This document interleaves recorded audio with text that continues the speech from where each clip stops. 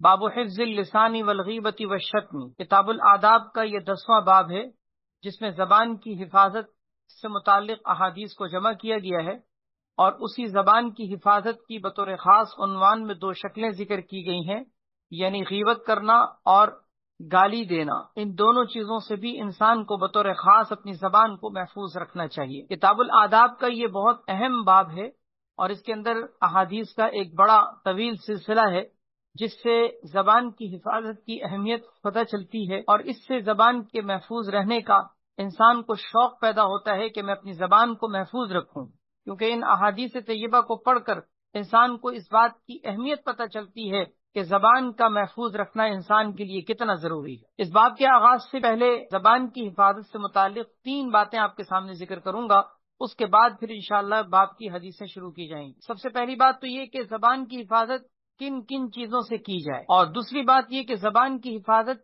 کیوں کی جائے، کس لیے کی جائے، اور تیسری بات یہ کہ زبان کی حفاظت کیسے کی جائے۔ ان تینوں باتوں کا جواب سن لیجئے، اور اس کے بعد پھر ہم انشاءاللہ باب کی حدیثوں کو شروع کریں گے۔ سب سے پہلی چیز یہ کہ زبان کی حفاظت کن کن چیزوں سے کی جائے، تو زبان کی حفاظت سے متعلق بہت سی چیزیں ہیں، اگرچہ یہاں پر باب کے اندر 2 چیزوں کا تذکرہ بطور خاص کیا گیا ہے کہ غیبت سے اور گالم گلوچ سے انسان کو اپنی زبان محفوظ رکھنی چاہیے، لیکن اس کے علاوہ بھی زبان کو بہت ساری شرانگیزیوں سے محفوظ رکھنا نہایت ضروری ہے۔ بنیادی طور پر اگر ہم اس کو سمجھیں تو 4 حصوں میں تقسیم کر کے اس کو سمجھا جا سکتا ہے کہ زبان کو 4 چیزوں سے خوب محفوظ رکھنا چاہیے۔ نمبر 1 کلمہ کفر سے، نمبر 2 فسق و فجور کی باتوں سے، اور نمبر 3 ایذا رسانی کی باتوں سے، اور نمبر 4 لغو اور بیکار لایانی قسم کی باتوں سے۔ ان 4 چیزوں سے اگر آپ اپنی زبان کو محفوظ رکھ لیتے ہیں تو گویا آپ نے اپنی زبان کی حفاظت کا ایک بہت بڑا کام کر لیا۔ سب سے پہلی چیز کلمہ کفر سے، کوئی بھی ایسی بات زبان پر نہ لائیں جس سے ایمان خطرے میں پڑ جائے اور ایمان کے لالے پڑ جائیں۔ دوسری بات یہ کہ فسق و فجور کی جتنی شکلیں ہیں، زبان کے جتنے بھی گناہ ہیں، ان سب سے اپنے آپ کو بچا کر رکھیں، جس میں غیبت بھی آتی ہے، جس میں گالم گلوچ بھی ہے، جس میں جھوٹ بولنا بھی ہے، جس میں کوئی ایذا رسانی کی بات یا زبان سے کسی کو تکلیف دینا یا کسی پر الزام لگانا، تہمت لگانا، بہتان تراشی، ان تمام شکلوں سے، فسق و فجور کی تمام شکلوں سے اپنی زبان کو محفوظ رکھیں۔ تیسری چیز ہے ایذا رسانی سے محفوظ رکھنا، یعنی اپنی زبان سے کوئی ایسا جملہ نہ نکالیں جو کسی کے لیے دل ٹوٹنے کا ذریعہ بنے، یعنی طعن و تشنیع بھی اس میں ہے، یا تکلیف پہنچانے والی بات یا تکلیف پہنچانے والے جملے بھی اس میں آ جاتے ہیں۔ گویا اپنی زبان سے کسی کو تکلیف نہ دیں، کیونکہ کامل درجے کا مسلمان وہ ہے کہ جس کی زبان اور ہاتھ کے شر سے دوسرے مسلمان محفوظ رہیں۔ تو اس لیے ایذا رسانی سے بھی ہمیں اپنی زبان کو محفوظ رکھنا ہے۔ اور چوتھی چیز یہ کہ لغو اور لایانی قسم کی بیکار باتوں سے بھی اپنی زبان کو محفوظ رکھیں۔ یہ ہو گئی پہلی بات کہ زبان کی حفاظت کن کن چیزوں سے کی جائے۔ دوسری بات یہ کہ زبان کی حفاظت کیوں کی جائے، کس لیے کی جائے۔ اس لیے زبان کی حفاظت کی جائے کیونکہ زبان کی شرانگیزیاں بہت زیادہ ہیں۔ انسان کے جسم کا یہ دیکھنے میں ایک چھوٹا سا عضو ہے، اگرچہ اس سے بڑے بڑے انسان کے اعضاء ہیں، لیکن سب سے زیادہ انسان کا وہ عضو جس سے انسان سب سے زیادہ گناہ کرتا ہے وہ یہ زبان ہے۔ لہذا زبان کی شرانگیزیاں بہت ہیں، اس کی شرانگیزیوں سے بچنا نہایت ضروری ہے، اس لیے زبان کی حفاظت بھی ضروری ہے۔ زبان کی شرانگیزیاں کتنی ہیں، ان کو اگر جمع کیا جائے تو احادیث کے اندر ایک طویل ذخیرہ ہے۔ مختصراً میں آپ کے سامنے ذکر کرتا ہوں کہ زبان کی شرانگیزیاں یہ ہیں کہ اللہ کے پیارے نبی صلی اللہ علیہ وسلم نے فرمایا کہ اسی زبان کی وجہ سے قیامت کے دن لوگ اوندھے منہ جہنم میں گرائے جائیں گے، ترمذی کی روایت۔ اسی طرح آپ صلی اللہ علیہ وسلم نے ایک اور روایت میں یہ ارشاد فرمایا، قیامت کے دن سب سے زیادہ لوگ زبان اور شرمگاہ کی وجہ سے جہنم میں جائیں گے۔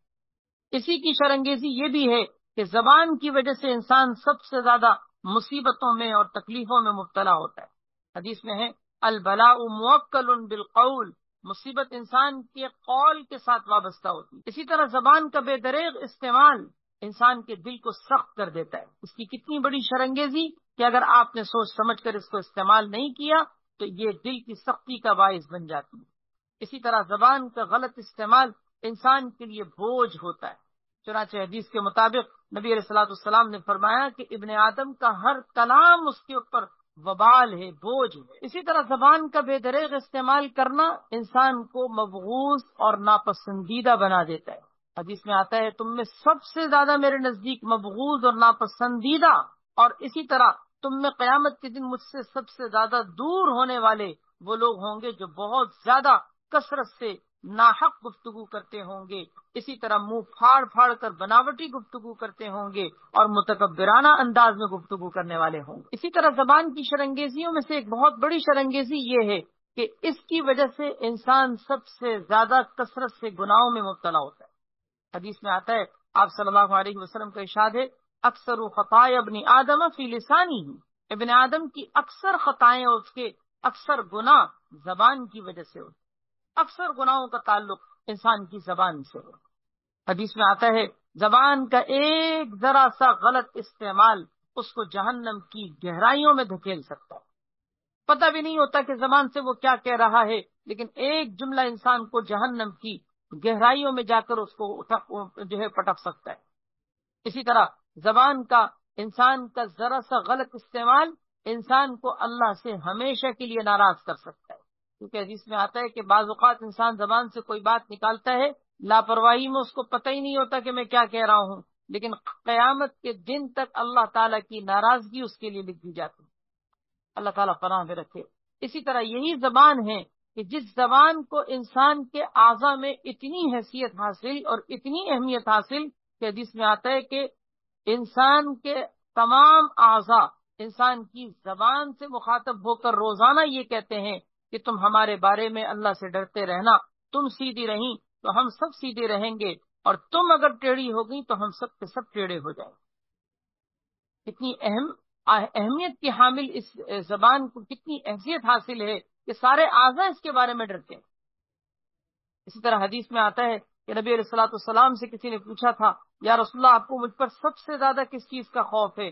آپ نے اپنی زبان اطہر کو پکڑا اور فرمایا ہاذا، ترمذی کی روایت ہے کہ یعنی مجھے اس عضو کے بارے میں سب سے زیادہ ڈر ہے۔ بہرحال یہ زبان کی شرنگیزیاں ہیں، ان شرنگیزیوں کی وجہ سے زبان اس قابل ہے کہ اس کی حفاظت کی جائے۔ تیسری بات، زبان کی حفاظت کیسے کی جائے؟ یہ تیسری بات سب سے اہم ہے کہ زبان کی حفاظت کیسے کی جائے۔ اس زبان کی حفاظت کا طریقہ یہ ہے کہ اس کو صحیح استعمال کیا جائے۔ قرآن و سنت میں اس کے استعمال کے جو آداب بیان کیے گئے ہیں، اس کا طریقہ ذکر کیا گیا ہے، اس کو سمجھنا چاہیے اور اس کے مطابق اپنی زبان کو استعمال کرنا چاہیے۔ تو آپ اپنی زبان کے صحیح استعمال کے آداب اور طور طریقوں کو سمجھ کر عمل میں لے آئیں، بس زبان کے شر سے محفوظ ہو جائیں گے۔ میں مختصراً آپ کے سامنے ذکر کرتا ہوں، اگر ان کی ہم تفصیل میں جائیں گے تو بات بہت لمبی ہوگی، اس لیے صرف مختصراً آپ کے سامنے عرض کرتا ہوں کہ ہمیں وہ کون کون سے طریقے ہیں اپنانے چاہیے کہ جن کی وجہ سے ہم زبان کے صحیح استعمال کے آداب کو صحیح طریقے سے اختیار کرنے پہ قادر ہو سکتے ہیں۔ سب سے پہلی چیز ہے کم گو ہونا۔ انسان کو کم گو ہونا چاہیے، کیونکہ زیادہ بولنا انسان کے لیے مختلف قسم کے فتنوں میں مبتلا ہونے کا ذریعہ ہوتا ہے۔ تو اپنے آپ کو کم گو بنائیے، کم بولیے۔ بہت زیادہ بولنا انسان کے لیے فتنے میں مبتلا ہونے کا ذریعہ ہے۔ دوسری چیز یہ کہ حق گو ہوئیے، حق بات کہیے، اگرچہ وہ کڑوی کیوں نہ ہو، لیکن بات جب بھی کریں حق کریں۔ تیسری بات، صاف گو بنیے، صاف گو۔ لگی لپٹی بات کرنا یا اس طرح کی باتیں کرنا کہ جن باتوں کے اندر آپ کی دھوکہ دہی اور فراڈ ہو اور آپ لگی لپٹے انداز میں باتیں کرتے ہوں، یہ کوئی پسندیدہ طریقہ نہیں۔ ہمیشہ صاف گفتگو کیجیے، صاف گفتگو۔ اور اسی صاف گفتگو میں یہ بھی داخل ہے کہ صاف صاف بولیے۔ بہت تیز بولنا اس طرح کہ سامنے والے کو بات سمجھ میں نہ آئے، یہ بھی طریقہ گفتگو کے آداب کے خلاف ہے۔ صاف بولیے، جیسے کہ نبی علیہ الصلوۃ والسلام حدیث میں آتا ہے کہ صاف صاف بولتے تھے، اور اتنا صاف بولتے تھے کہ آپ کی بات کا ہر جملہ اور جملے کا ہر کلمہ سمجھ میں آتا تھا۔ اسی طرح عام فہم گفتگو کرنی چاہیے، عام فہم کہ جس کو سامنے والا بآسانی سمجھ سکے۔ مشکل اور دقیق علمی اصطلاحات کا استعمال کرنا کہ جس سے سامنے والے کو بات سمجھ میں نہ آئے، یہ گفتگو کے آداب کے خلاف ہے۔ اسی طرح پانچواں ادب یہ ہے کہ جائز اور بھلی بات کہیے، جائز اور بھلی بات کہیے۔ کبھی ناجائز قسم کی بات یا شریعت کے خلاف بات زبان سے مت نکالے۔ چھٹا ادب یہ ہے کہ سوچ سمجھ کر بات کرے۔ سوچ سمجھ کر بات کریں، بولنے سے پہلے سوچیں، کیونکہ کہیں ایسا نہ ہو کہ آپ کے بولنے کی وجہ سے کہیں آپ کسی مصیبت میں نہ پڑ جائیں۔ اس لیے اس حدیث میں آتا ہے، نبی علیہ الصلوۃ والسلام نے ایک صحابی کو نصیحت کی تھی کہ لا تکلم بکلام تعتذر منہ غدا، زبان سے کوئی ایسی بات مت نکالو کہ جس سے آنے والے کل تمہیں عذر خواہی کرنی پڑے، معافی مانگنی پڑے، شرمندگی اٹھانی پڑے۔ سوچ سمجھ کے بات کرو۔ اسی لیے کہا جاتا ہے نا، پہلے تولو پھر بولو، یہ بڑا حکیمانہ جملہ ہے۔ ساتواں ادب یہ ہے کہ گفتگو کا مناسب اور اچھے سے اچھا انداز اختیار کی، جیسے کہ قرآن کریم میں اللہ تعالیٰ نے ارشاد فرمایا ہے، قولوا للناس حسنا، لوگوں سے بھلی بات کہو، لوگوں سے اچھے انداز میں گفتگو کیا کرو۔ اسی طرح آٹھواں ادب یہ ہے کہ مجادلہ اور اگر مدافعت کا یعنی کوئی جھگڑے کا یا کسی سے علمی مباحثے کا معاملہ بھی ہو تو اچھے سے اچھے انداز کو اختیار کی۔ اس کا یہ مطلب نہیں ہے کہ آپ اگر کسی سے جھگڑا کر رہے ہیں یا آپ اگر کسی سے کوئی مناظرہ یا کوئی علمی مباحثہ کر رہے ہیں تو آپ کے لیے گالی دینا یا اپنی زبان کو گندا کرنا سب جائز ہو جاتا ہے، ایسا نہیں ہے۔ گفتگو کے اندر چاہے مجادلے کی کیوں نہ کیفیت ہو، لیکن اچھے سے اچھے انداز کو پھر بھی تھام کر رکھیے۔ اپنی شستہ گفتگو، اپنی مہذب گفتگو کے دائرے سے باہر مت نکلیے۔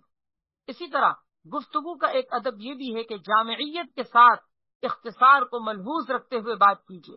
بہت لمبی چوڑی بات کرنا کہ جس سے انسان جو ہے دوسروں کے اوپر بوجھ بن جائے، بعض اوقات اتنی لمبی چوڑی گفتگو ہوتی ہے کہ چھوٹی بات ایک بڑے انداز میں پیش کی جاتی ہے، یہ بھی اچھا طریقہ نہیں ہے۔ اپنے اندر جامعیت پیدا کیجیے، ٹو دی پوائنٹ انسان کو بات کرنا چاہیے، مطلب کی بات جس کو کہتے ہیں، غیر ضروری باتیں کرنا ادھر ادھر کی، اس سے انسان کو بچنا چاہیے۔ اسی طرح 10واں ادب یہ ہے کہ فضول قسم کی گفتگو سے بچیے۔ قرآن کریم میں اللہ نے اپنے محبوب بندوں کا تذکرہ کرتے ہوئے ایک صفت یہ بیان فرمائی ہے کہ وہ لوگ بیکار قسم کی لغو باتوں سے بچتے ہیں۔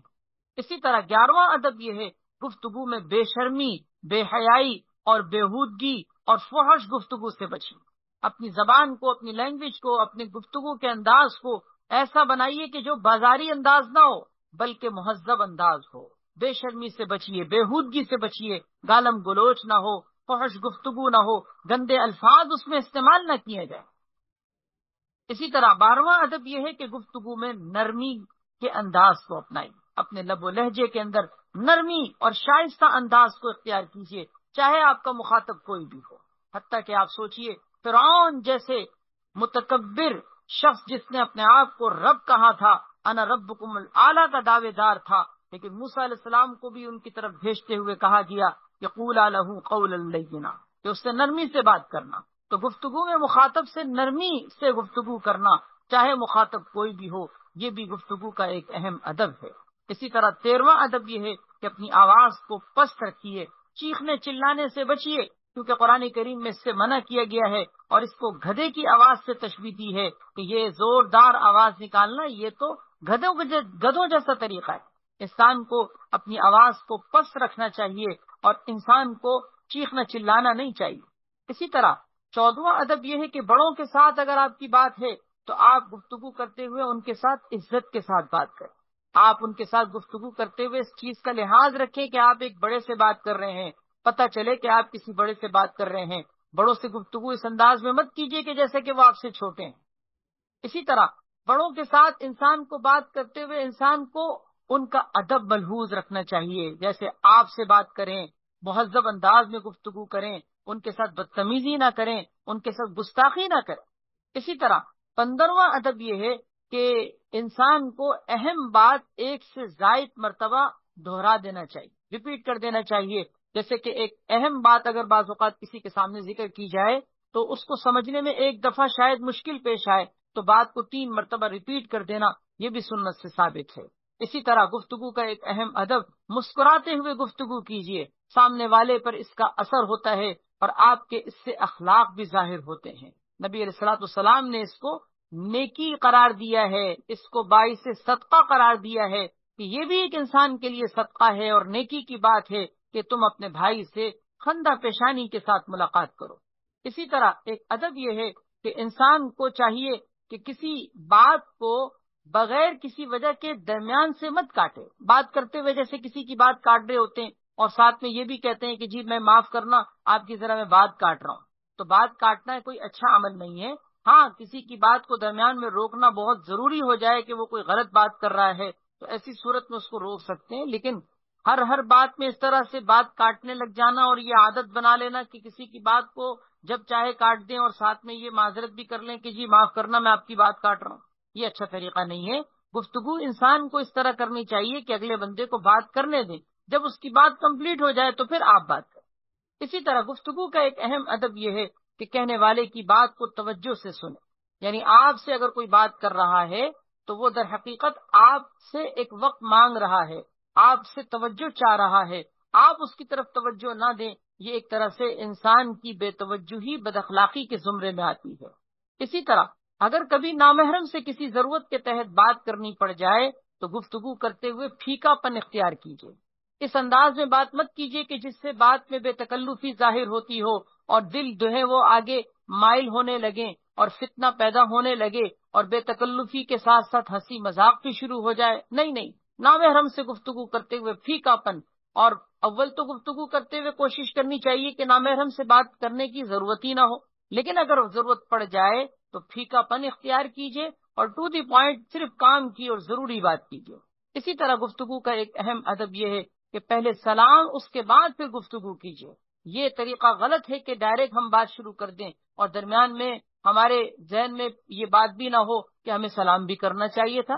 سلام پہلے، کلام بعد میں۔ حدیث میں آتا ہے، ترمذی کی روایت ہے، السلام قبل الکلام۔ یہ بہرحال میں نے کچھ آداب مختصر آپ کے سامنے ذکر کیے ہیں، اگر ان کو سمجھ لیتے ہیں اور ان پر عمل کر لیتے ہیں تو ہماری زبان کا یہ صحیح استعمال ہماری زبان کو محفوظ کر دے گا۔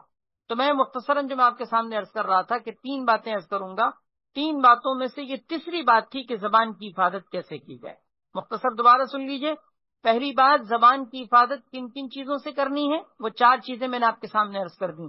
دوسری چیز یہ کہ زبان کی حفاظت کس لیے کی جائے، اس کا جواب یہ کہ زبان کی شرنگیزیاں بہت زیادہ ہیں اور سب سے زیادہ ہیں، لہذا اس کی شرنگیزیوں سے بچنا یہ زبان کی حفاظت کے لیے بہت ضروری ہے۔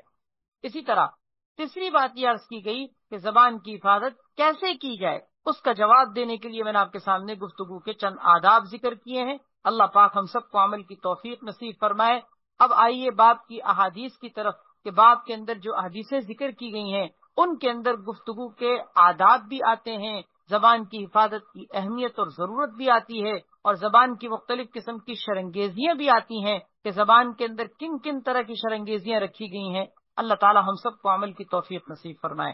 الفصل الاول، عن سهل بن سعد رضی اللہ تعالی عنہ قال قال رسول اللہ صلی اللہ علیہ وسلم من یضمن لی ما بین لحییہ وما بین رجلیہ اضمن له الجنہ۔ رسول اللہ صلی اللہ علیہ وسلم کا ارشاد ہے کہ جس نے مجھے ضمانت دی 2 جبڑوں کے درمیان یعنی زبان کی اور 2 پاؤں کے درمیان یعنی شرمگاہ کی، اضمن لہ الجنہ، میں اس کو جنت کی ضمانت دیتا ہوں۔ یہ کتنی بڑی ضمانت ہے، اللہ کے پیارے نبی صلی اللہ علیہ وسلم ضمانت دے رہے ہیں، اور ظاہر ہے کہ آپ یہ اپنی طرف سے ضمانت نہیں دے رہے، کیونکہ ظاہر ہے کہ جنت میں داخل کرنے کا جو عمل ہے وہ تو اللہ تبارک و تعالیٰ کی جانب سے ہے، اللہ تعالیٰ اپنی رحمت سے جنت میں بھیجیں گے۔ گویا اللہ تبارک و تعالیٰ نے اپنے نبی کے ذریعے سے ہم سب کو یہ ضمانت دی ہے کہ جنت میں داخل ہونے کے لیے اپنی جسم کی ان 2 چیزوں کی حفاظت کرو۔ ما بین لحییہ، لحیون کہا جاتا ہے انسان کا جبڑا جس پر انسان کے دانت نکلتے ہیں، اس کے درمیان سے مراد 2 چیزیں آتی ہیں، ایک زبان اور ایک منہ، یعنی اس کا مطلب یہ کہ انسان کو اپنی زبان اور اپنے منہ ان دونوں چیزوں کی حفاظت کرنی چاہیے۔ زبان کی حفاظت تو واضح ہے کہ زبان کی حفاظت میں ساری چیزیں آتی ہیں کہ غیبت نہ کرے، گالی نہ دے، لعنت نہ دے، جھوٹ نہ بولے، کسی کے ایذا رسانی والا کوئی کلمہ زبان سے نہ نکالے، اسی طرح اپنی زبان سے کوئی ایسی بات نہ کرے کہ جس سے اللہ اور اس کے رسول کی نافرمانی ہوتی ہو، وہ ساری چیزیں اس میں آتی ہیں۔ منہ کے محفوظ کرنے کا مطلب یہ ہے کہ اپنے منہ کو حرام سے محفوظ رکھو، حرام کھانے سے محفوظ رکھو، اسی طرح زبان سے اور منہ سے جتنے گناہ آتے ہیں وہ سب اس میں آ گئے۔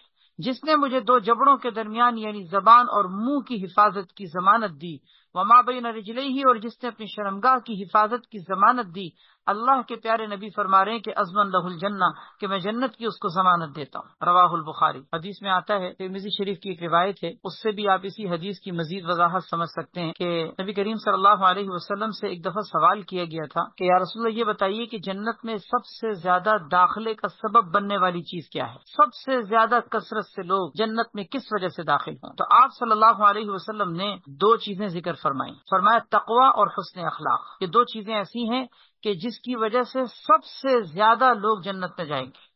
اللہ پاک ہم سب کو تقوی بھی نصیب فرمائے اور اچھے اخلاق بھی نصیب فرمائے۔ پھر دوسرا سوال کیا گیا، بڑا قیمتی سوال، آپ صلی اللہ علیہ وسلم سے پوچھا گیا کہ یا رسول اللہ، یہ بتائیے کہ جہنم میں سب سے زیادہ کس وجہ سے جائیں گے؟ جہنم میں سب سے زیادہ لوگ کس وجہ سے جائیں گے؟ یعنی سب سے زیادہ جہنم میں داخل ہونے کا ذریعہ بننے والی چیز کیا ہے؟ آپ نے اس میں بھی دو چیزیں ذکر فرمائی۔ آپ نے فرمایا الفم والفرج، فرمایا کہ ایک منہ اور ایک شرمگاہ۔ جہنم میں داخلے کا سب سے زیادہ ذریعہ بننے والی یہ دو چیزیں ہیں کہ ایک انسان کا فم اور فرج، زبان اور شرمگاہ، یہ انسان کا کنٹرول میں نہ ہو، یہ عضو انسان کے گناہوں میں پڑ جائیں، اس کی وجہ سے جہنم میں سب سے زیادہ لوگ جہنم میں جائیں گے۔ نعوذ باللہ من ذالک۔ اللہ تعالی ہم سب کو تقوی اور حسن اخلاق نصیب فرمائے، مانگنا چاہیے اللہ ہم سب کو تقوی اور حسن اخلاق نصیب فرمائے، اور فم اور فرج کے فتنے سے اللہ ہم سب کی حفاظت فرمائے۔ کتنی لڑائیاں ہوتی ہیں، خاندان کے جھگڑے دیکھ لیں، نزاع دیکھ لیں، آپس کی عداوتیں دیکھ لیں، بغض دیکھ لیں، نفرتوں کی جھلستی ہوئی آگ دیکھ لیں، کتنی دلوں کی دوریاں خاندان کے خاندان، اس کی بنیادی وجوہ اگر آپ دیکھیں تو وہ زبان ہے۔ فم، یہ منہ، یہ زبان، یہ ایسی چیز ہے کہ جس سے انسان کا دل چھلنی ہو جاتا ہے۔ اگلی حدیث ہے وعن ابی ہریرہ رضی اللہ تعالیٰ عنہ قال قال رسول اللہ صلی اللہ علیہ وسلم، سیدنا ابو ہریرہ رضی اللہ تعالیٰ عنہ سے مروی ہے کہ نبی کریم صلی اللہ علیہ وسلم نے ارشاد فرمایا، بے شک بندہ کوئی بات زبان سے نکالتا ہے من رضوان اللہ، اللہ تعالیٰ کی رضا اور خوشنودی کی، یعنی اللہ کی رضامندی کا سبب بننے والی کوئی بات زبان سے نکالتا ہے۔ کلمہ کا مطلب یعنی کوئی چھوٹی سی بات، کوئی چھوٹا سا جملہ، کوئی چھوٹا سا کلمہ، انسان اپنی زبان سے اللہ اور اس کی رضا اور اللہ کی رضا اور اس کی خوشنودی کے مطابق کوئی کلمہ زبان سے نکالتا ہے، اور اس کے بارے میں لا یلقی لہا بالن، اسے اس کہنے کی صورت میں اس کو پرواہ بھی نہیں ہوتی کہ میں کیا کہہ رہا ہوں، اسے پرواہ بھی نہیں ہوتی، لا یلقی لہا بالن، اسے اس کے کہنے کی کوئی پرواہ بھی نہیں ہوتی، توجہ بھی نہیں جاتی، یہ بھی نہیں سوچتا کہ میں کیا کہہ رہا ہوں، کوئی بہت بڑی بات کہہ رہا ہوں، بس ایسی زبان سے کوئی اس نے اللہ کی رضا اور خوشنودی کا کوئی کلمہ کہہ دیا، لیکن اسے پتہ بھی نہیں ہوتا۔ یرفع اللہ بہا درجات، اللہ تعالیٰ اس کے ذریعے سے اس کے درجات بلند کر دیتے ہیں، اسے پتہ ہی نہیں ہوتا۔ اس کا مطلب کیا ہوا کہ آپ اپنی زبان سے نکلنے والی کوئی بات اگر اچھی کہہ رہے ہیں، بعض اوقات آپ کو پتہ بھی نہیں ہے کہ آپ کو اس کی برکت سے کیا مل گیا، جنت کے کتنے بلند ترین درجات پر آپ پہنچ چکے ہیں۔ دوسری بات فرمایا وَإِنَّ الْعَبْدَ لَيَتَكَلَّمُ بِالْكَلِمَةِ مِنْ سَخَطِ اللَّهِ، اسی طرح فرمایا کہ کوئی بندہ اپنی زبان سے اللہ کی ناراضگی پر مشتمل، اللہ کو ناراض کرنے والا کوئی کلمہ، اللہ کو ناراض کرنے والی کوئی بات زبان سے نکالتا ہے، لا یلقی لہا بالن، اس کو کہتے ہوئے کوئی پرواہ بھی نہیں ہوتی کہ میں کیا کہہ رہا ہوں، احساس نہیں ہوتا کہ میں کس قدر بری بات کہہ رہا ہوں، یہوی بہا فی جہنم، فرمایا کہ اس کی وجہ سے وہ جہنم میں گر جاتا ہے۔ یعنی زبان سے نکلنے والا ایک کلمہ جنت کے بلند ترین درجات پر انسان کو پہنچا دیتا ہے، اور یہی زبان سے نکلنے والا ایک کلمہ جہنم کے گھڑے میں اس کو گرا دیتا ہے۔ تو آپ اندازہ کیجئے کہ یہ کس قدر اہم ترین انسان کے جسم کا عضو ہے کہ یہی انسان کو جنت میں بھی پہنچا سکتی ہے زبان، اور یہی انسان کو جہنم میں بھی پہنچا سکتی ہے۔ اسی لیے کہا جاتا ہے کہ سوچ سمجھ کے انسان کو بولنا چاہیے، یہ نہیں سوچنا چاہیے کہ میں نے کلمہ ہی تو کہا ہے، میں نے جملہ ہی تو کہا تھا اور کیا کہا تھا۔ بعض اوقات ایک جملہ ہی تو ہوتا ہے جس سے خاندان کے خاندان ٹوٹ جاتے ہیں۔ طلاق کا لفظ کوئی ورڈنگ کرنے کے لیے کوئی لمبی چوڑی بیٹھ کے کہانیاں تھوڑی کہنے کی پڑتی ہیں، ایک جملہ ہی تو زبان سے نکلتا ہے، خاندان ٹوٹ گئے، تباہ ہو گئے، برباد ہو گئے، بچے برباد ہو گئے۔ ایک زبان سے کلمہ کفر اگر کوئی انسان خدا نخواستہ بک دے، اس کی وجہ سے انسان ایمان سے نکل جاتا ہے۔ ایک زبان سے کلمہ کفر، خدا نخواستہ، نکاح ٹوٹ جاتا ہے، اسلام چلا جاتا ہے، ایمان سے محروم وہ شخص جو ابھی ایک منٹ پہلے جنتی تھا، اس کلمہ کفر کی وجہ سے وہ جہنمی بن چکا ہوتا ہے، دوبارہ کلمہ پڑھ کر اس کو اسلام لانا ہوتا ہے، یہ کلمہ کفر ہوتا ہے۔ اس لیے اپنی زبان کی شرانگیزیوں سے انسان کو اللہ کی پناہ مانگتے رہنا چاہیے۔ حدیث میں ہمیں یہ دعا سکھائی گئی ہے، اللہم انی اعوذ بک من شر لسانی، اللہ مجھے میری زبان کے شر سے بچا لے۔ یہ مانگا کریں اور بہت کثرت سے مانگا کریں۔ اور آج کے زمانے میں، آج کے دور میں تو اس چیز کی اور بھی بہت ضرورت ہے۔ اللہم انی اعوذ بک من شر لسانی، اے اللہ مجھے میری زبان کے شر سے بچا لے۔ مانگا کریں، گڑ گڑا کر مانگا کریں۔ یہ زبان کی شرانگیزی سے اگر آپ بچ گئے، آپ بہت بڑے بڑے فتنوں سے بچ گئے۔ رواہ البخاری۔ وفی روایت لہما، ایک اور روایت جو بخاری اور مسلم دونوں کے اندر ہے، جس میں یہ بات موجود ہے کہ یہوی بہا فی النار ابعد ما بین المشرق والمغرب، کہ ایک زبان سے نکلنے والا وہ کلمہ جو زبان سے وہ کہتا ہے اور اس کو پرواہ بھی نہیں ہوتی، اس کی وجہ سے یہوی بہا فی النار، وہ جہنم کے اندر گر جاتا ہے اتنی دور جا کر کہ ابعد ما بین المشرق والمغرب، کہ جتنی دور مشرق اور مغرب کے درمیان کی مسافت ہے۔ اللہ اکبر! یعنی مشرق اور مغرب کے درمیان اتنی جو دوری اور اتنی مسافت ہے، اتنی دور جا کر وہ جہنم میں گرتا ہے۔ ایک زبان سے نکلنے والی بات انسان کو جہنم کے اندر اتنی گہرائی میں جا کر پھینک۔ اگلی حدیث ہے، وعن عبداللہ بن مسعود رضی اللہ تعالی عنہ قال قال رسول اللہ صلی اللہ علیہ وسلم، حضرت سیدنا عبداللہ ابن مسعود رضی اللہ تعالیٰ عنہ سے مروی ہے کہ نبی کریم صلی اللہ علیہ وسلم نے ارشاد فرمایا، سباب المسلم فسوق، مسلمان کو گالی دینا فسق و فجور ہے، یعنی نافرمانی ہے۔ کہ مسلمان کو اگر کوئی گالی دیتا ہے وہ فاسق ہو جاتا ہے۔ فسوق کا مطلب یہ گناہ کی بات ہے، لہذا جو شخص اس کام میں لگے گا گالیاں دینے کے اندر، وہ فاسق ہو جائے گا۔ جھگڑے میں، لڑائی میں، یا ویسے ہی انسان گفتگو میں آج کل تو بلکہ تکیے کلام کے طور پر لوگ گالی استعمال کرتے ہیں، نعوذ باللہ، بغیر کسی وجہ کے ویسے ہی کسی کو بلاتے ہوئے گالی کا لفظ استعمال کر رہے ہوتے ہیں، نعوذ باللہ۔ فرمایا مسلمان کو گالی دینا فسوق یعنی فسق و فجور ہے۔ اور آگے فرمایا وقتالہ کفر، اس کے ساتھ قتال کرنا، اس کے ساتھ لڑائی کرنا، یہ تو کفر ہے، انسان کو کفر تک پہنچا دیتا ہے۔ کفر کا مطلب کیا ہے؟ اس کا مطلب یہ ہے کہ وہ انسان جو کسی سے قتال کرتا ہے، کسی سے لڑتا ہے، لڑتا جھگڑتا ہے، یہ چیز اس کے لیے کفر تک پہنچنے کا ذریعہ بن جاتی، کیونکہ یہ چیز کفر تک کیسے کہ یہی انسان یہ اس کو لڑتے لڑتے، قتال کرتے کرتے اس کے قتل کا بھی ارتکاب کر سکتا ہے، اس کے ہاتھ خون سے بھی رنگ سکتے ہیں۔ نتیجہ کیا کہ وہ اس قتل کے ذریعے سے پھر ایمان سے بھی کہیں نہ کہیں محروم نہ ہو جائے، اس چیز کا خطرہ۔ فرمایا قتالہ کفر، یہ چیز اس کے لیے قتال کرنا کفر کا باعث۔ حضرات محدثین نے ذکر کیا ہے کہ قتال کرنا، کسی مسلمان سے لڑنا انسان کو کافر تو نہیں بناتا کہ انسان کافر ہو جائے، لیکن حدیث میں اس کو کفر کہا گیا ہے زجر و تنبیہ کے لیے، یا پھر یہ کہا جائے گا کہ یہ چیز اس کے لیے کفر تک پہنچنے کا ذریعہ بن سکتی ہے، نعوذ باللہ من ذلک، متفق علیہ۔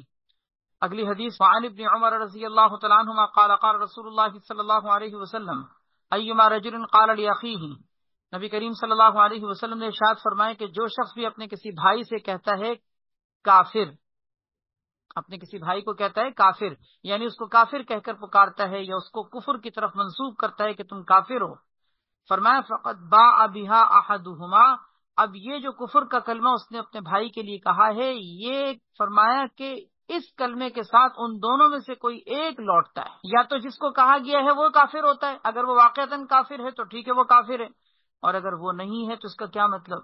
کہنے والے کی طرف کفر لوٹ جاتا۔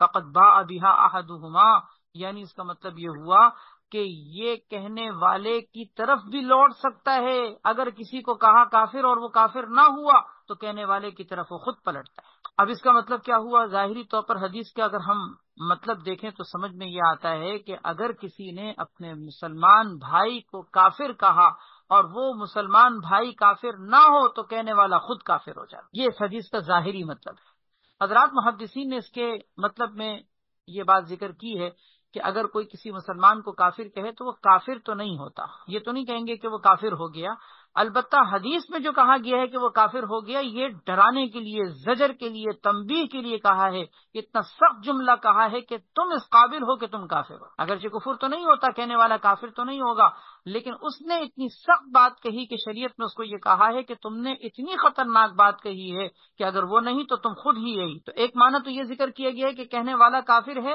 یہ بات بطور زجر کے کہی گئی۔ دوسرا معنی یہ بھی ذکر کیا گیا ہے کہ اس نے اپنے بھائی کو جو کافر کہا یہ کافر کہنا اس کے لیے آئندہ خطرہ ہے کہ کافر بننے کا ذریعہ نہ بن جائے، کہ اس نے اپنے بھائی کو کافر کہا، ایک مسلمان کو کافر کہا، تو خطرہ ہے کہ جب یہ مسلمان کو کافر کہہ رہا ہے تو کہیں آگے جا کر یہ کہیں خود ایمان سے محروم نہ ہو جائے، یعنی گویا کہ اس بات کا خطرہ ہے جس کی وجہ سے کہا جا رہا ہے کہ وہ کہنے والا کافر، کہ آج نہیں تو کل اس کے خطرہ ہے کہ کہیں ایمان ہی نہ چلا جائے، کیونکہ وہ مسلمان کو کافر کہہ رہا ہے۔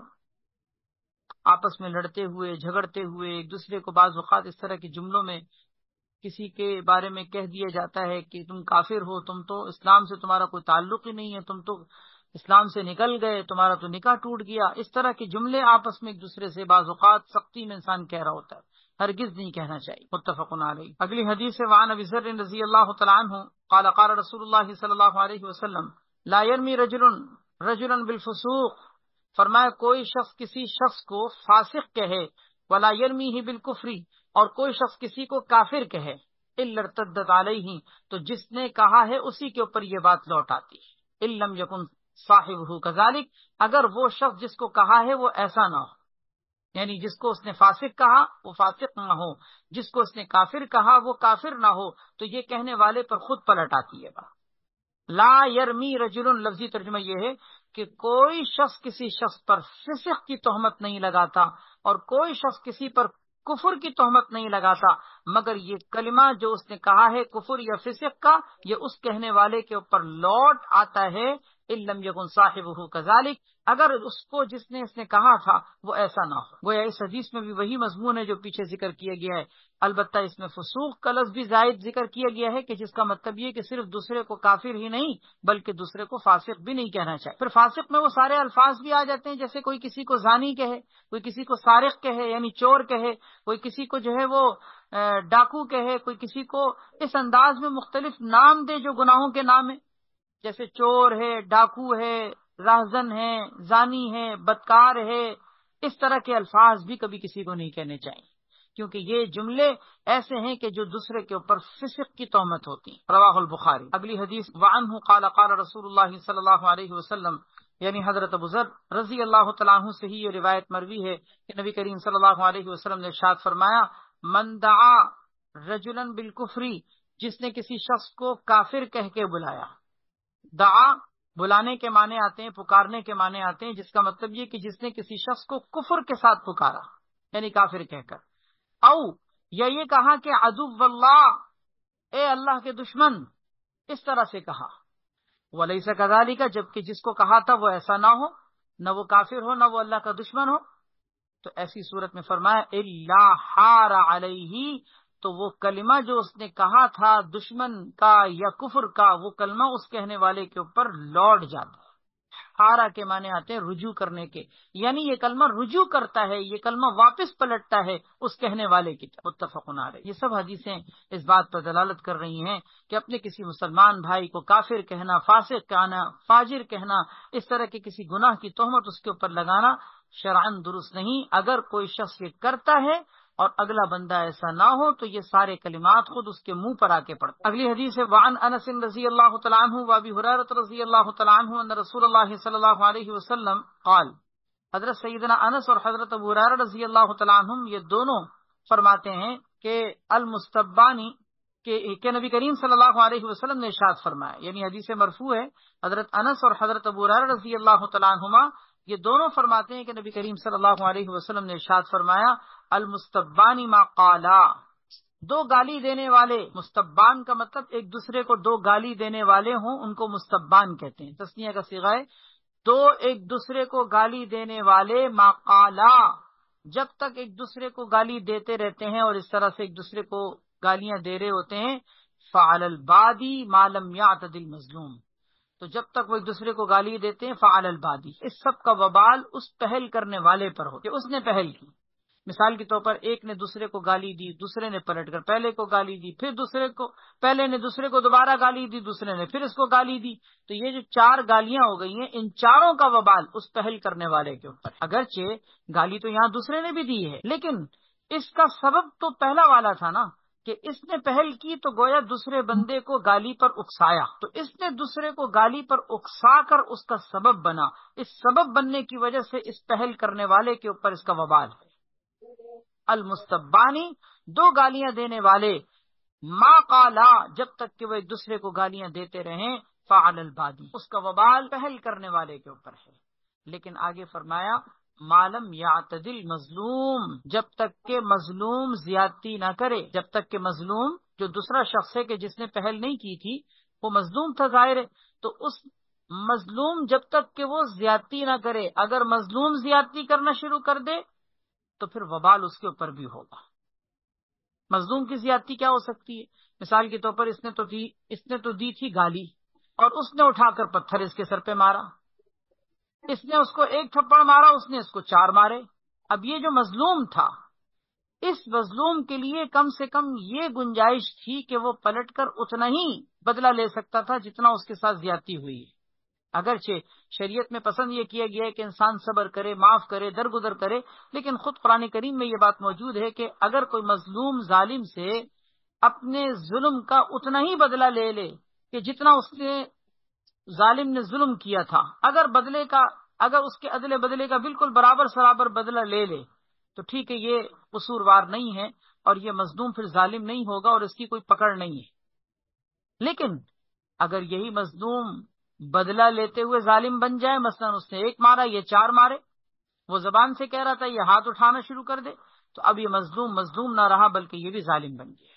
اس لیے فرمایا معلوم یعتدل مظلوم، جب تک کہ مظلوم زیادتی نہ کرے، ورنہ مظلوم اگر زیادتی کرے گا تو وبال پھر پہل کرنے والے پر نہیں بلکہ وبال دونوں پر ہو۔ پہل کرنے والے نے تو پہل کی، لیکن دوسرے نے بھی تو کوئی کمی نہیں کی، دوسرے نے بھی تو پلٹ کر اینٹ کا جواب پتھر سے دیا ہے۔ رواہ مسلم۔ وعن ابی ہریرہ رضی اللہ تعالیٰ عنہ ان رسول اللہ صلی اللہ علیہ وسلم قال، حضرت سیدنا ابو ہریرہ رضی اللہ تعالیٰ عنہ فرماتے ہیں کہ نبی کریم صلی اللہ علیہ وسلم نے ارشاد فرمایا، لا ينبغي للصدیق ان يكون لعانا، کسی صدیق کے لیے مناسب نہیں ہے کہ وہ لعنت دینے والا بنے۔ صدیق کا مطلب ہوتا ہے جو بہت زیادہ سچائی کے راستے کو اپنانے والا ہو، زبان سے بھی ہمیشہ سچ بولتا ہو، اپنے قول و فعل سے بھی ہمیشہ صداقت کا مظہر بنتا ہو، ایسے شخص کو کہتے ہیں صدیق۔ اور اللہ سے مانگنا چاہیے اللہ ہم سب کو صدیق بنا دے۔ صدیق کا کم سے کم درجہ تو ایمان جو بھی لانے والا ہے وہ سب صدیق کہلاتے ہیں۔ قرآن کریم میں بھی اللہ تعالیٰ نے ذکر کیا ہے کہ جو لوگ ایمان والے ہیں وہ سب صدیق ہیں، لیکن پھر ان کے درجات ہیں، کوئی صدیقیت کے اعلیٰ مقام پر فائز ہے، کسی کے اندر صدیقیت کے اعتبار سے کمی ہوتی ہے۔ تو انسان کو ساری زندگی کوشش بھی کرنی چاہیے اور مانگنا بھی چاہیے اللہ سے، اللہم اجعلنی من الصدیقین، اللہ مجھے صدیقین میں شامل فرما دے۔ تو نبی علیہ الصلوۃ والسلام نے فرمایا لا ينبغي للصدیق، کسی صدیق یعنی کسی صداقت کے پیکر انسان کے لیے ہرگز مناسب نہیں ہے کہ ان یکون لعانا، کہ وہ کسی مسلمان کو لعنت دینے والا بنے، کیونکہ مقام صدیقیت کے یہ شایان شان نہیں ہے کہ وہ زبان سے لعن طعن بھی کرنا شروع کر، کیونکہ صدیق ہو اور لعنت بھی دیتا ہو، یہ دونوں چیزیں جمع نہیں ہوتی۔ لعنت کا مطلب کیا ہوتا ہے؟ لعنت کا مطلب یہ بھی ہوتا ہے کہ کسی کے طرف انسان اپنے ہاتھوں کی 5 انگلیاں جیسے لعنت کے انداز میں اٹھاتا ہے، اس انداز سے لعنت کرے، یہ بھی ایک لعنت کا انداز ہے۔ دوسرا یہ بھی لعنت ہے کہ ایک انسان کسی دوسرے کے اوپر یوں کہے کہ لعنت اللہ علیک، اللہ کی تم پر لعنت ہو۔ کسی کے بارے میں لعن طعن کرنا، اس کو کوسنا، اور اس طرح سے اس کو کوسنا جس میں لعن طعن کے الفاظ نہ بھی ہوں لیکن یہ کہ رحمت سے دوری وغیرہ کی چیزیں کہ اللہ تجھے اپنی رحمت سے دور کر دے، یہ بھی لعنت ہے، کیونکہ لعنت کا اصل مطلب ہے رحمت خداوندی سے دور ہونا۔ تو اگر کوئی شخص یوں کہے کسی کو کہ اللہ تم پر لعنت کرے، تب بھی لعنت۔ کوئی یوں کہے کہ اللہ تمہیں اپنی رحمت سے محروم کر دے، یہ بھی لعنت ہے۔ اسی طرح کسی کی طرف انگلیاں اٹھا کر لعنت دینا، یہ سب لعنت کی شکلیں ہیں۔ یہ لعان کا مطلب کہ لعنت دینے والا یہ صدیق شخص کبھی نہیں ہو سکتا۔ اس کا مطلب کیا؟ جو لعنت دینے والا ہے وہ مقام صدیقیت سے خارج ہے، نعوذ باللہ من ذلک۔ اگلی حدیث ہے حضرت ابو درداء رضی اللہ تعالیٰ عنہ سے مروی ہے، فرماتے ہیں کہ میں نے رسول اللہ صلی اللہ علیہ وسلم کو فرماتے ہوئے سنا ہے، ان اللعانین، بے شک لعنت دینے والے، لا یکون شہداء ولا شفعاء یوم القیامہ، قیامت کے دن وہ نہ لوگوں کے حق میں شہید یعنی گواہی دینے والے بنیں گے، اور نہ ہی قیامت کے دن لوگوں کے حق میں یہ شفیع یعنی سفارش کرنے والے بنے۔ گویا قیامت کے دن یہ اعلیٰ درجات اور مراتب اور مقام ان سے یہ محروم ہو جائیں گے۔ نہ قیامت کے دن یہ کسی کے حق میں شہید بن سکیں گے، نہ شفیع۔ شہید کا مطلب ہوتا ہے گواہی دینے والا، اور شفیع کا مطلب ہوتا ہے سفارش کرنے والا۔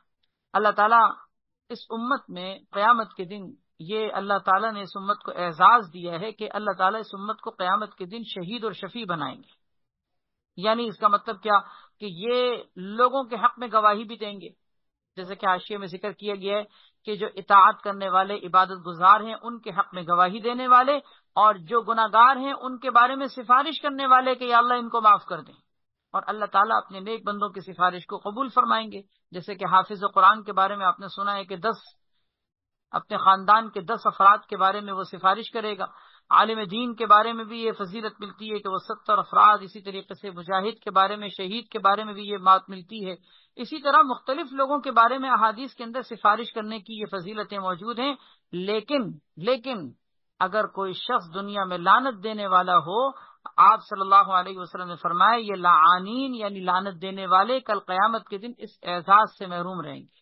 نہ وہ شہید بنیں گے کسی کے حق میں، نہ وہ شفیع بنیں گے. رواہ مسلم. گویا ان دونوں مقامات کو حاصل کرنے کے لیے دنیا میں اپنی زبان کو لعنت سے پاک رکھنا چاہیے. اگلی حدیث وعن ابی ہریرہ رضی اللہ تعالی عنہ قال قال رسول اللہ صلی اللہ علیہ وسلم اذا قال الرجل هلك الناس فهو اهلكهم.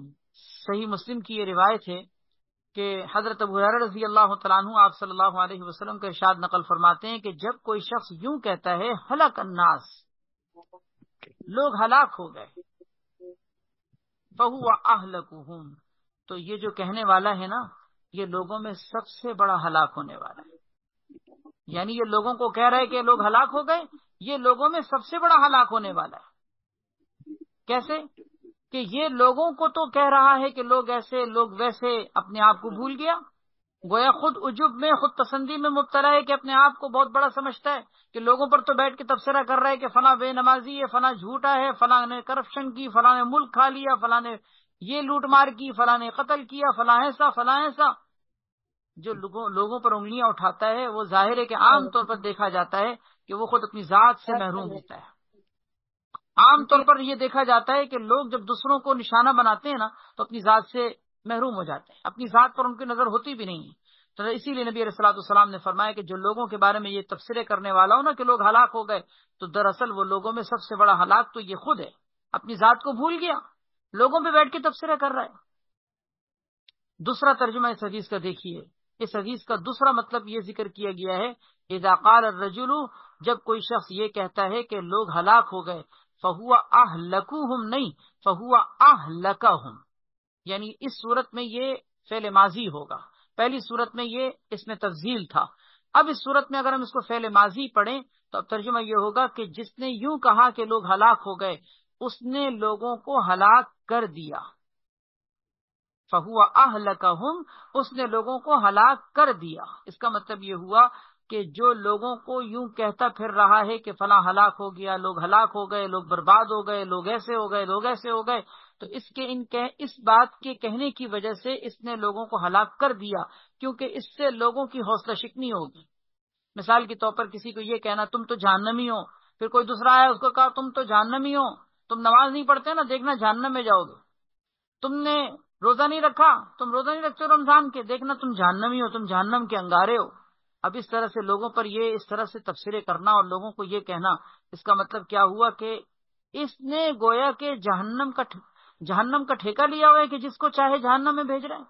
یہ جو لوگوں کے بارے میں تبصرے کر رہا ہے در حقیقت یہ لوگوں کی اصلاح نہیں کر رہا، یہ لوگوں کو تنبیہ نہیں کر رہا، لوگوں کو ادب نہیں سکھا رہا، یہ لوگوں کو اور زیادہ حوصلہ شکنی کر کے، مایوس کر کے ان کو برباد کر رہا ہے. اسی لیے کہا جاتا ہے کسی کو اگر تنبیہ بھی کرنی ہو نا تو اس کا تنبیہ کرنے کا بھی طریقہ ہوتا ہے. اگر کسی کو آپ ڈانٹیں، کسی کو سمجھائیں، کسی کو آپ اگر کسی بات سے منع کریں تو اس کو طریقے سے منع کریں گے، اس کو سبق ملے گا. اور اگر آپ یہ کہیں کہ اب تو تم کچھ کر ہی نہیں سکتے، اب تو تم سمجھو کہ برباد ہو گئے، اب تو تمہاری زندگی ختم، برباد، تم دیکھنا کیا ہوگا تمہارے ساتھ. اب یہ جو جملہ ہے، یہ جملہ اگلے بندے کو کاٹ دے گا، اس کے حوصلوں کو پست کر دے گا، اس کے اندر دوبارہ سے کھڑے ہونے یا توبہ کرنے کی طرف یا اس کو حوصلہ دینے کی طرف آنے کے بجائے اس کو اور مایوس کر دے گا.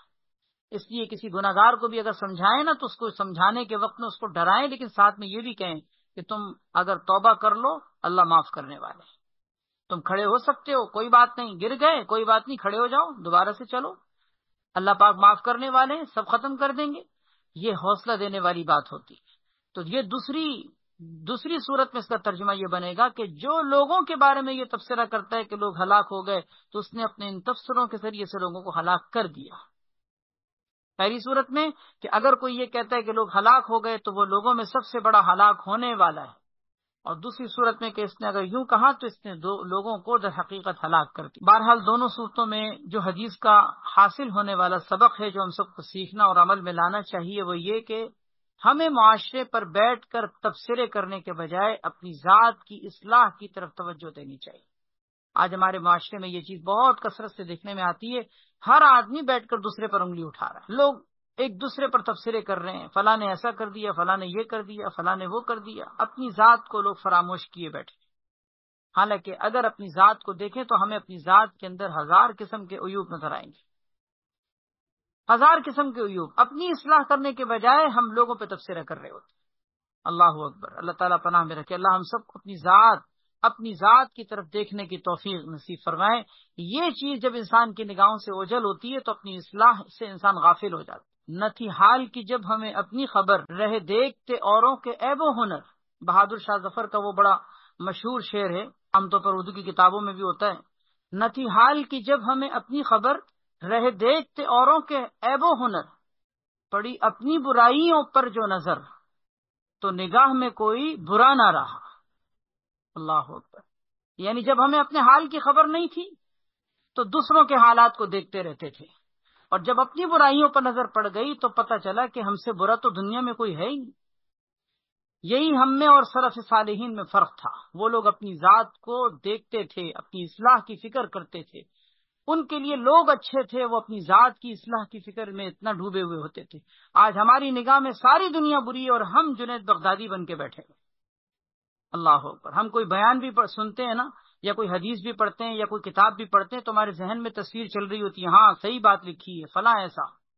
کوئی حدیث سنی، ہم کہتے ہیں ہاں بالکل صحیح حضور نے فرمایا کیونکہ فلاں لوگ ایسے ہیں۔ حالانکہ اس حدیث کو اپنی ذات پر دیکھنا چاہیے کہ میرے اندر برائی ہے کہ نہیں ہے، میں اس حدیث کے مطابق عمل پیرا ہوں یا نہیں ہوں۔ اپنی ذات کو پیش کر کے اپنی اصلاح کی فکر کر۔ اگلی حدیث سے وعنہ قال قال رسول اللہ صلی اللہ علیہ وسلم تجدون شر الناس یوم القیامت ذی الوجہین۔ حضرت سیدنا ابو ہریرہ رضی اللہ تعالیٰ عنہ فرماتے ہیں کہ نبی کریم صلی اللہ علیہ وسلم نے ارشاد فرمایا تجدون شر الناس یوم القیامت ذی الوجہین، تم لوگ پاؤ گے شر الناس، لوگوں میں بدترین انسان، قیامت کے دن وہ شخص جو ذی الوجہین، دو چہرے والا ہوگا، جس کو منافق کہتے ہیں، دوغلا پن جس کو کہتے ہیں۔ فرمایا تم قیامت کے دن لوگوں میں بدترین شخص وہ پاؤ گے جو دو چہروں والا ہوگا، الذی یأتی ہؤلاء بوجہ وہؤلاء بوجہ، جو اس کے پاس ایک چہرہ لے کر آتا ہے اور اس کے پاس دوسرا چہرہ لے کے جاتا ہے۔ یعنی جس مجلس میں بیٹھتے ہیں تو رنگ بدل جاتا ہے گرگٹ کی طرح، ادھر بیٹھیں گے تو اس کی بولیں گے، ادھر بیٹھیں گے تو اس کی بولیں گے۔ فرمایا یہ تو دوغلا پن ہے، دو چہرے والا۔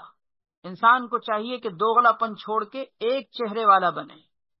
کوئی رائے، کوئی نظریہ، کوئی فیصلہ اگر کرنا ہے ایک دفعہ کر لیا بس، اب اس سے ہٹ کر کے ادھر اس مجلس میں بیٹھے تھے تو یہ رائے تھی، اور جب اس مجلس میں بیٹھے ہیں تو رائے دوسری ہے، اس کی مجلس میں بیٹھ کر اس کی حمایت اور اس کی مجلس میں بیٹھ کر اس کی حمایت، یہ تو دوغلا پن ہوتا ہے۔ فرمایا تجدون شر الناس یوم القیامتی، تم قیامت کے دن لوگوں میں اس کو سب سے بدترین انسان پاؤ گے، دو چہروں والا۔ اس سے معلوم ہوا کہ دو چہروں والا انسان کو نہیں بننا چاہیے، ایک چہرہ، دو رنگی چھوڑ دے یک رنگ ہو جا، سراسر موم یا پھر سنگ ہو جا۔ دو رنگی انسان کی طبیعت میں نہیں ہونی چاہیے۔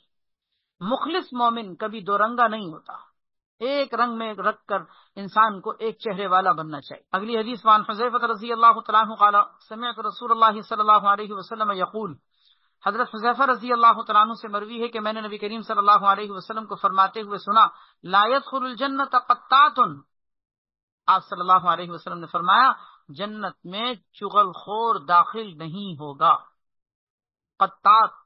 قطات کا مطلب یہ ہوتا ہے کہ جو لوگوں کی باتیں سنتا ہو اور اسے پھر لوگوں کو بتاتا ہو، یہ دونوں باتیں قطات کے معنی میں ذکر کی گئی ہیں۔ اس کا مطلب یہ ہوا کہ لوگوں کی ایک تو باتیں سنتا ہے اور پھر اس کے بعد لوگوں کی چغل خوریاں کرتا ہے کہ وہ باتیں جا کر لوگوں کو بتاتا ہے، جس کو ہم کہتے ہیں چغل خور، شکایتیں لگانے والا، لڑائیاں کرانے والا، کہیں کوئی بات کہیں سننے کو مل گئی، اب جا کر لوگوں میں لیک کر رہا ہے، لڑائیاں پیدا ہو رہی ہیں۔ یہ جو چغل خوری ہے یہ انتہائی خطرناک قسم کا ایسا مرض ہے کہ جس کی وجہ سے خاندان ٹوٹتے ہیں، اور خاندان میں اگر اس طرح کے کوئی جراثیم ہوں اور اس طرح کے کوئی دشمن عناصر ہوں تو وہ یہ کام کر کے دلوں میں دوریاں پیدا کرتے ہیں، رشتوں میں دراڑیں پیدا کرتے ہیں، نفرتوں کی آگ میں جھلسا رہے ہوتے ہیں۔ ایسے لوگوں سے انسان کو بچنا چاہیے۔ یہ حدیث ایسے لوگوں کے بارے میں فرما رہے ہیں آپ صلی اللہ علیہ وسلم کہ ایسا شخص جنت میں داخل نہیں ہو۔ اب جنت میں داخل نہ ہونے کا مطلب کیا ہے؟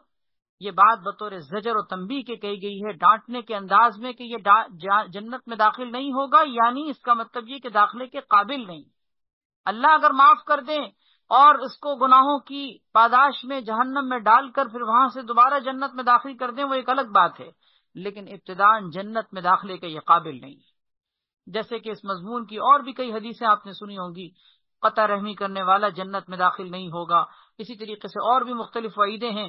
اس کا مطلب ان ساری حدیثوں کا یہ ہے کہ یہ لوگ جنت میں داخلے کے قابل نہیں ہیں۔ اللہ اکبر۔ اس سے ان گناہوں کی شناعت اور قباحت پتہ چلتی ہے کہ یہ کس قدر خطرناک قسم کے گناہ ہیں۔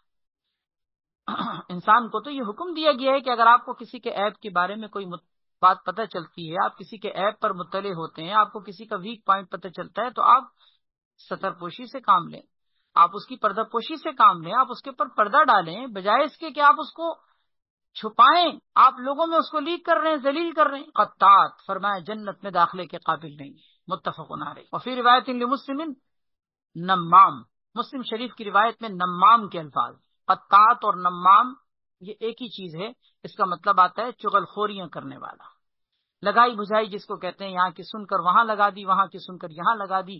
یہ جو چغل خوریاں کرنے والے ہیں اس کو عربی میں قطات بھی کہتے ہیں، اس کو نمام بھی کہتے ہیں۔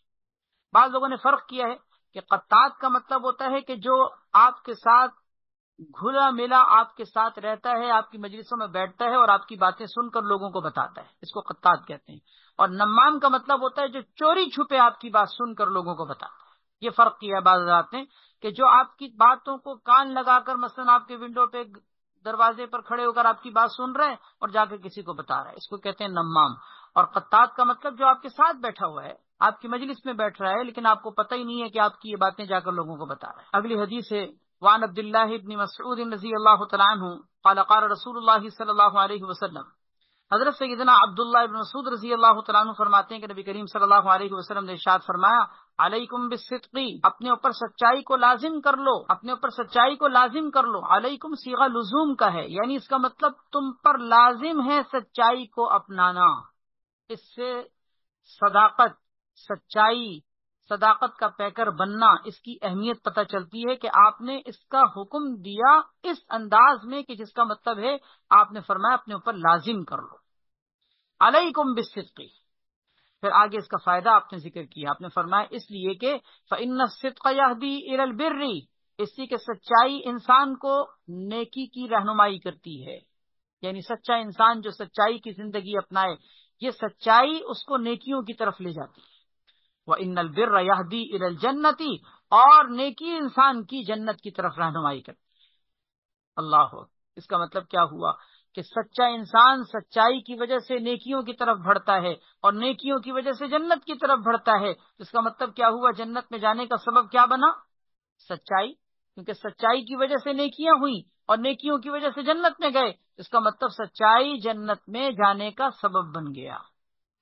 اور آگے ایک اور فائدہ ذکر کیا، آپ نے فرمایا وما یزال الرجل یصدق، انسان مسلسل سچ بولتا رہتا ہے، ویتحری الصدق، اور سچائی کے لیے وہ کوشش میں لگا رہتا ہے۔ یتحری کا مطلب خوب کوشش کر کے سچائی کو اپنانا۔ فرمایا انسان سچ بولتا رہتا ہے، سچائی کے لیے خوب کوشش کرتا رہتا ہے، حتی یکتب عند اللہ صدیقا، یہاں تک کہ ایک وقت ایسا آتا ہے کہ وہ اللہ کے نزدیک صدیق لکھ دیا جاتا ہے، یعنی اس کو اللہ تعالیٰ صدیقیت کے مقام پر فائز کر دیتے ہیں۔ مقام صدیق میں نے شروع میں عرض کیا تھا بہت بڑا مرتبہ ہوتا ہے۔ قرآن کریم میں اللہ تعالیٰ نے انعام یافتہ 4 بندوں کا تذکرہ کیا ہے۔ ہم سورہ فاتحہ پڑھتے ہیں نا صراط الذین انعمت علیہم، اے اللہ ہمیں ان لوگوں کے راستے پر چلا جن پر تو نے انعام فرمایا۔ وہ انعام یافتہ لوگ کون ہیں؟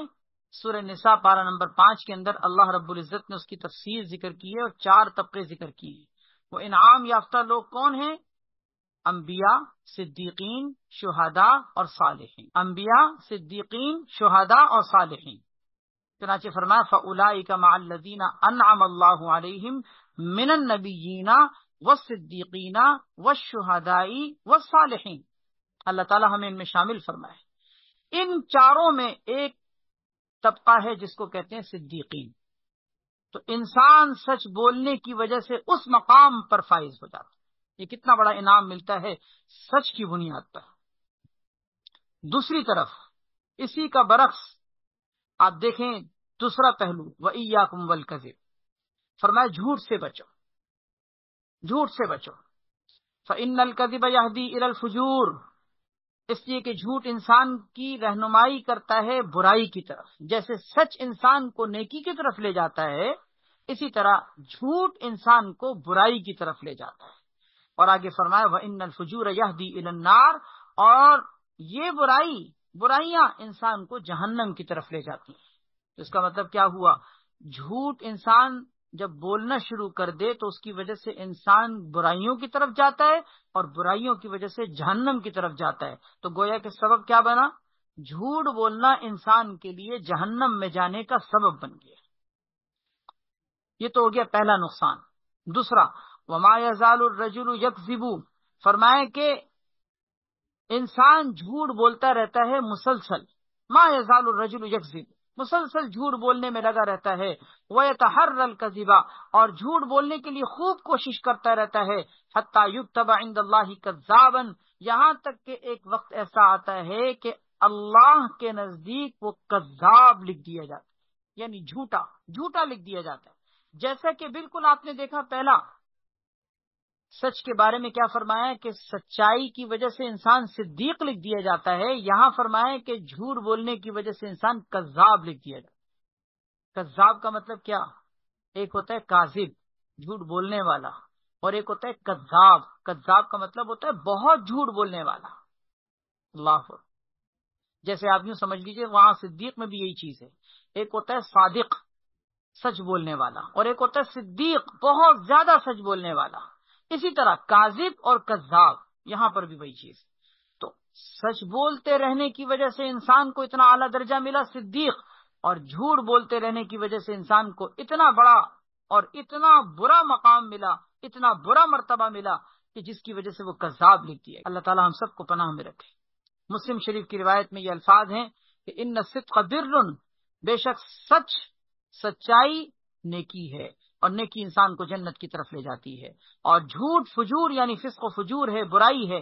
وَإِنَّ الْفُجُورَ يَهْدِي إِلَى النَّارِ، اور برائی انسان کو جہنم کی طرف لے جاتی ہے۔ اللہ تعالی ہم سب کو پناہ میں رکھے۔ اللہ تعالی ہم سب کو اپنی زبان کی حفاظت کی توفیق عطا فرمائے، زبان کی شرنگیزیوں سے اللہ ہم سب کی حفاظت فرمائے۔ وآخر دعوانا الحمدللہ رب العالمین، الحمدللہ رب العالمین، والعاقبۃ للمتقین، والصلاة والسلام علی سیدنا محمد وعلی آلہ واصحابہ اجمعین۔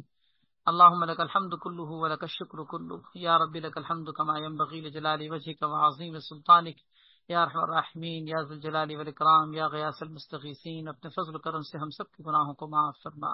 یا اللہ ہم سب کی کامل مغفرت فرما، یا اللہ ہم سب کی بخشش فرما، عفو درگزر کا معاملہ فرما۔ اے اللہ ہم سب کے ساتھ غفاری کا، ستاری کا معاملہ فرما۔ اے اللہ دونوں جہان کی عزتیں نصیب فرما، دنیا اور آخرت کی ذلت اور رسوائی سے ہماری حفاظت فرما۔ ہم سب کو اپنے نیک وکار بندوں میں شامل فرما۔ اے اللہ ہم سب کو اپنے صدیقین بندوں میں شامل فرما۔ اے اللہ مقام صدیقیت پر ہم سب کو فائز فرما، سچائی کا دامن تھامنے کی توفیق عطا فرما۔